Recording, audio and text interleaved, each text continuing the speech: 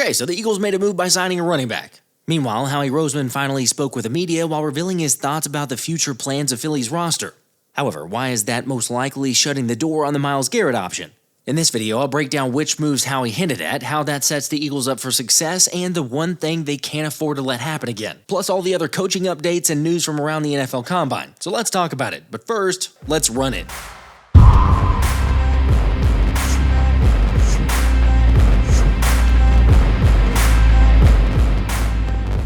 What's up, guys? So we finally got to hear from Howie Roseman for the first time this offseason, and there's a couple things that we learned. However, before we get to the potential moves and outcomes, there's a move he already made after the Eagles announced they've signed running back Lou Nichols to the active roster. I know, that name probably sounds familiar because even though he's yet to have played in a regular season game, Nichols has now been either signed or cut from the Birds 7 times in the last 2 years. Of course, in limited action in the preseason this past year, he did look promising. It's just unfortunately he wasn't able to beat out the competition for that third spot and bounced on and off the practice squad. Although I will say, given this move, who knows, maybe it's his time. Also, this move definitely signifies, and we kind of already thought this already, but Kenny Gainwell is definitely on the way out. Heck, like I say, Kenny was going to get a bag anyway. Plus, with Will Shipley next in line and Tyrion Davis-Price, it's not a surprise that the Eagles will be moving on. Now, what was a surprise, or at least a bigger one than that, was seeing the Washington Commanders make it public that they're allowing defensive tackle Jonathan Allen the opportunity to seek a trade. Granted, I know there wasn't much that could stop Philly from Washington's D-line this season. Yet Allen was short off an injury, and I think we've all seen what he can be like when he's fully healthy. The problem, though, or at least the bigger roadblock for the Birds, is actually the sweepstakes for Myles Garrett, with ESPN's Jeremy Fowler reporting that the Commanders are showing significant interest in the Browns' all-pro pass rusher, causing several teams around the league to share with Fowler that Howie Roseman is a legit threat to be aggressive in targeting number 95. Saying if the Eagles feel like Washington is close to upgrading with Garrett, then the Birds would try to snake the commies by offering something that's really too hard for Cleveland to refuse. I'm going to make him an offer he can't refuse. By the way, for those that didn't see Howie Roseman's press conference, he did say that the Eagles are going to leave no stone unturned and they'll definitely look into every single opportunity. However, listening to his thoughts and reading between the lines for this offseason, it doesn't sound as likely. With Howie admitting any time that you're going to talk about giving up high pick and a lot of money for a player, it's also got to fit with where you are as a team. And also saying there's a lot of attractive items out there, the team spends a lot of time talking about every position and every good player, and they're selfish. While also admitting he wants everyone, but at the end of the day, that's not where they're at right now. Look, if I had to give a prediction right now for where I thought the Myles Garrett going to Philly or a trade there, I'd probably say like 10 to 15%. So you're telling me there's a chance? Sure, there's always a chance because, heck, it's Howie Roseman. Plus, a major splash isn't something totally out of the norm at all for the GOAT. I mean, obviously, we all remember the Saquon Barkley move from a season ago. But remember, the Eagles also traded a first and a third for A.J. Brown on draft night to shake up the NFL landscape, and acquired the bodyguard in Jason Peters via a trade just 1 week before the 2009 NFL Draft. Oh yeah, since I brought up Peters, in case you hadn't heard, the Ageless Wonder did officially announce his retirement at the age of 43. As he's now accepted a position with the Seattle Seahawks with the title of veteran mentor. What would you say you do here? Who knows what exactly that job description is, but hopefully JP is being well compensated because he definitely deserves it. And for the record, he'll be eligible for the Pro Football Hall of Fame in 2029. And with 19 seasons, 6 All-Pro awards, 9 Pro Bowls, and a selection to the 2010 All-Decade team, I'd venture to guess he'll be a first-ballot Hall of Famer. Which is honestly exactly where Myles Garrett is headed. Of course, if it were up to him, he would already be headed to a contender, thus the reason he demanded the trade. Except the Browns and general manager Andrew Berry had a very different response to Garrett saying he'll be leaving Cleveland. You are. Understand the frustration. We've had plenty of dialogue, but ultimately my responsibility is to make the decisions that are best for the Browns, and having Myles a part of the organization is a huge piece of that. For the record, if you didn't quite understand the interpretation of what Berry was saying, shout out to Brandon Perna for the translation. With Berry essentially saying we will hold our most beloved player prisoner while continuing to pay the man who should be in prison. One day when I got a long white beard and 2 or 3 marbles rolling around upstairs, they let me out. Just because Andrew Berry's saying we're not trading Myles Garrett and our stance hasn't changed, I wouldn't be so sure. Because let's not forget that Diana Rossini and others have shared that the growing feeling is all it'll take is the right offer for Cleveland to budge. Our stance really has not changed. We can't imagine a situation where not having Myles as a part of the organization is best for the Browns. All right, this is pointless. Okay. Time for plan B. Okay, so this is the part where I've seen all kinds of chaotic and, quite frankly, idiotic mock trades for Garrett. Like 2 first-round picks, or a first and 2/3, plus another player, or heck, even shipping off Nolan Smith and a first-round pick to Cleveland. What did you say? Yeah, I'm not even going to go there. The young fellas are too good, have too much potential, and honestly too much chemistry to ship them off and just mortgage or just sell off that future. And I didn't even mention the cap ramifications. I mean, you guys tell me if I'm crazy, but in the spirit of supporting my guy Nolan, I'm going to give away this signed Nolan Smith helmet to one lucky subscriber during my next live stream. Just make sure to hit that like button and drop a comment for any kind of takeaway you've had from all the latest Eagles news. Okay, look, where I'm coming from on this thing is Howie Roseman and Andrew Berry have a good relationship from working together. So there's definitely no way Howie gets blindsided by a Garrett trade to Washington. I mean, like, he'll for sure get a chance to match whatever trade. I just honestly think this, and I'll keep coming back to it, that based on his statement at the Combine, I just don't think this is the year for it. And when you hear the way he talks about Jalyx, Hunt, and Moro Ojomo stepping up this next year, it feels similar to last season how he referenced the young guys continuing to learn and grow within Fangio's system. Very impressed by what they showed in their play time. Obviously didn't play a tremendous amount.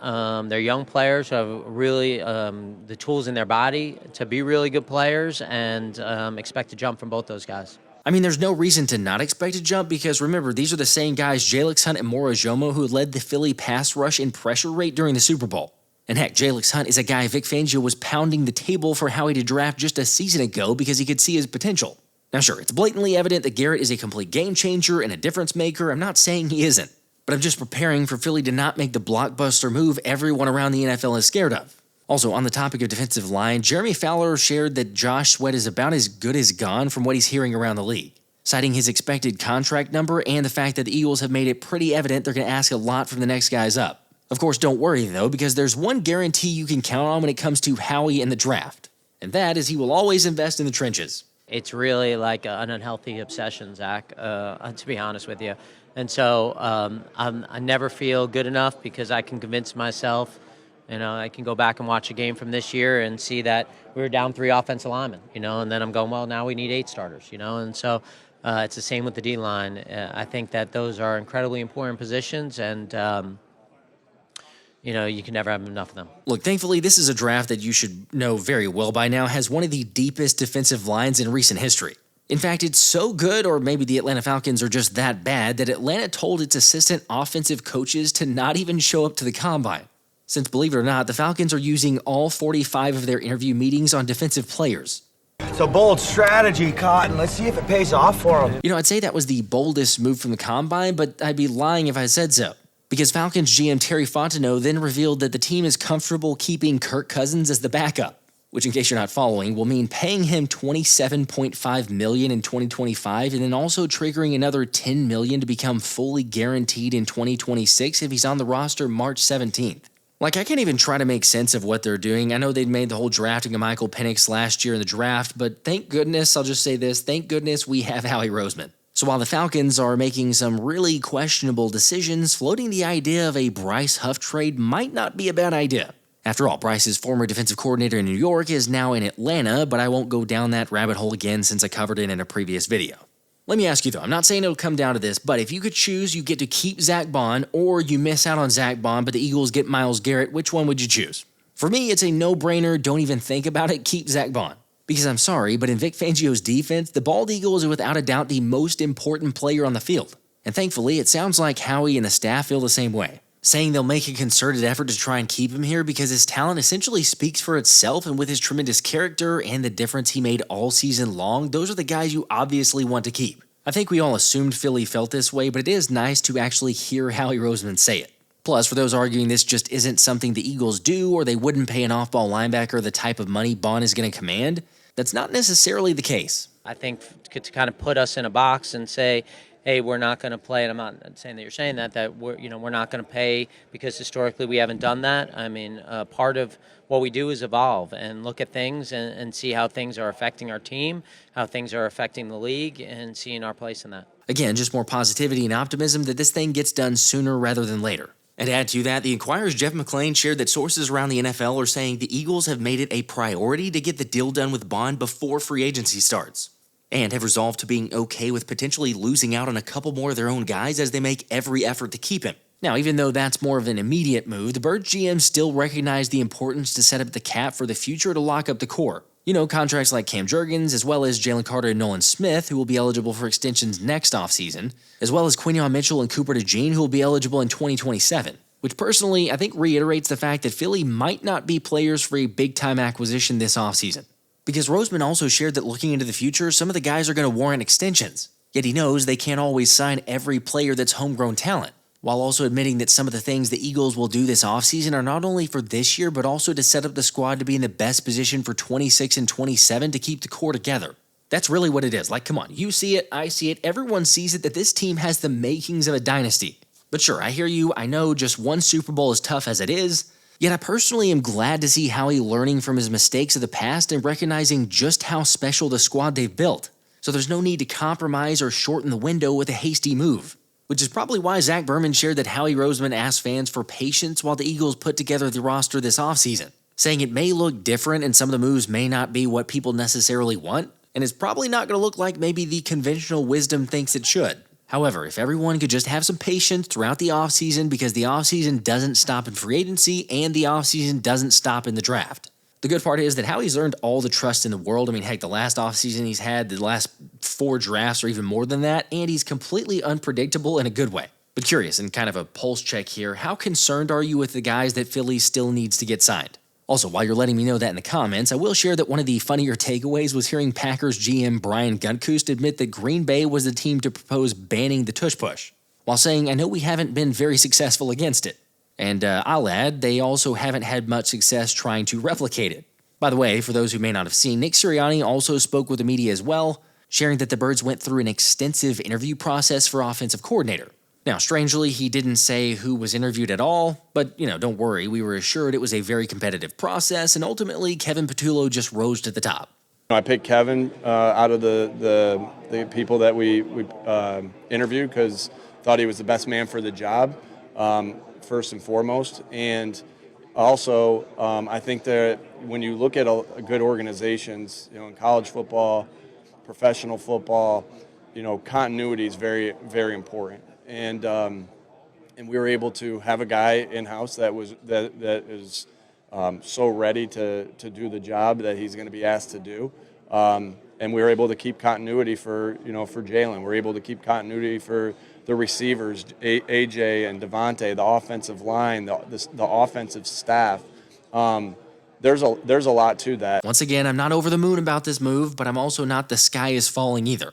And for those wondering, Sirianni did confirm Patullo will be the one calling plays, while also echoing lots of optimism around new pass game coordinator Parks Frazier, thanks to his experience with multiple offensive systems, in particular motion offense in Miami.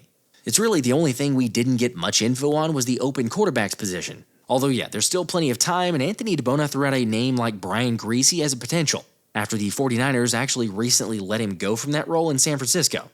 Now, as always, make sure to subscribe, turn the notifications on, because, if we do get news, or as soon as we do get news on that move, be sure to update you, keep you posted there. And then also on the topic of updates, congrats to Looney Tunes 5452 for winning the signed A.J. Brown helmet on the last giveaway.